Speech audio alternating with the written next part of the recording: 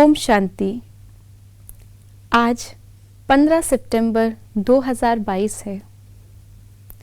आज की साकार मुरली में बाबा ने हमें विस्तार से बताया कि कैसे इस पुरानी दुनिया का अंत होता है, कैसे फिर एक खंड एक राज्य स्थापित होता है, फिर कैसे वो एक राज्य अनेकों में बट जाता है।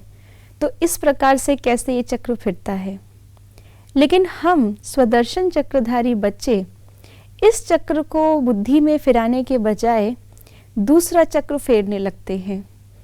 उस चक्र से क्या अंजाम होता है और वो कौन सा चक्र है, आइए जानते हैं आज के बाबा के अव्यक्त इशारों से। दूसरे का अवगुण वर्णन करना अर्थात स्वयं भी परचिंतन के अवगुण के वशीभूत होना है।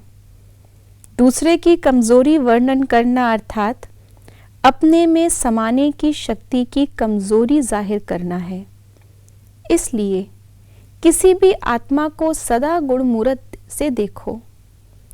अगर किसकी कोई कमजोरी है भी, मर्यादा के विपरीत कार्य है भी, तो बाप दादा की निमित्त बनी हुई सुप्रीम कोर्ट में लाओ। खुद ही वकील और जज नहीं बन जाओ। यह ईश्वरीय कायदा है। तो आज बाबा ने हमें सावधान किया कि दूसरे के अवगुण देखने की दृष्टि हमें नहीं रखनी। कई बार ना केवल हम देखते हैं लेकिन उसका वर्णन भी करते हैं और बुद्धि में उन्हीं अवगुणों को बार बार रिपीट करते हैं। योग में बैठते हैं तो भी पर बाबा से उसी अवगुण को लेकर के कंप्लेन करते हैं। तो बाबा ने कहा है कि हम स्वदर्शन चक्रधारी बच्चों को अपने ही गुण और अपनी ही कमजोरियों का दर्शन करके संपूर्ण बनना है, ना कि दूसरे के अवगुण पर मनन चिंतन करना है।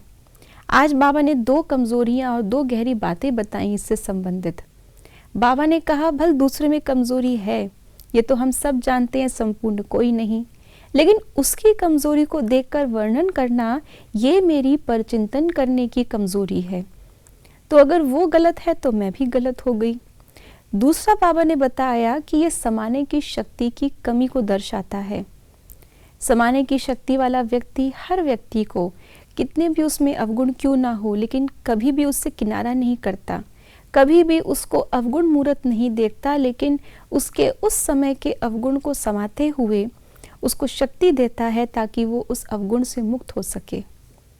और आज बाबा ने युक्ति भी बताई।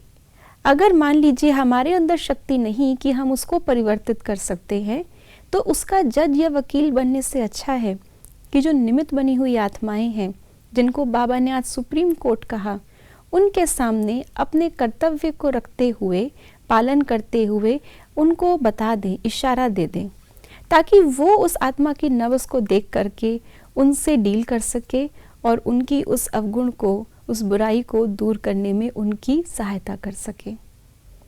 ओम शांति।